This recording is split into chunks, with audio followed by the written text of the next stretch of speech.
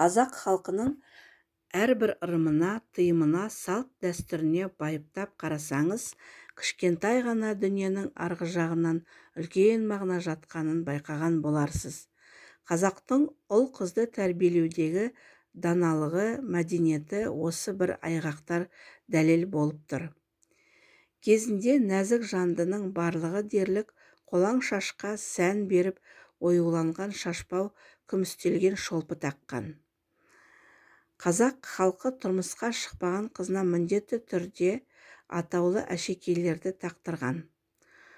Бұл әшекейлер сол заманғы қыздың атаулының символы іспеті болған.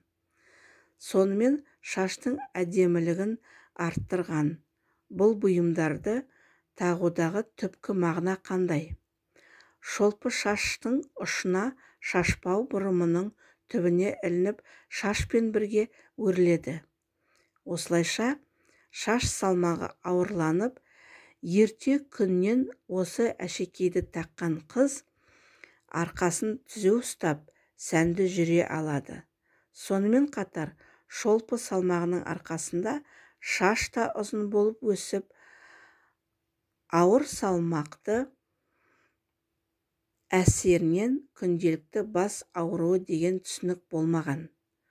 Қоңыраулы шолпы тағу арқылы қыздың артық оғаш қимыл жасамауына мән берген. Әшекейдің сыңғырлап даусының естілгені бастағанда, яғни үйдегі төрде отырған адамдар үйге қыздың кіріп келе жатқанын түсінген. Шашпаудың дыбысы жиі қатты шықса, ұшқалақ сумаң қылықты қыз екенін байқаған.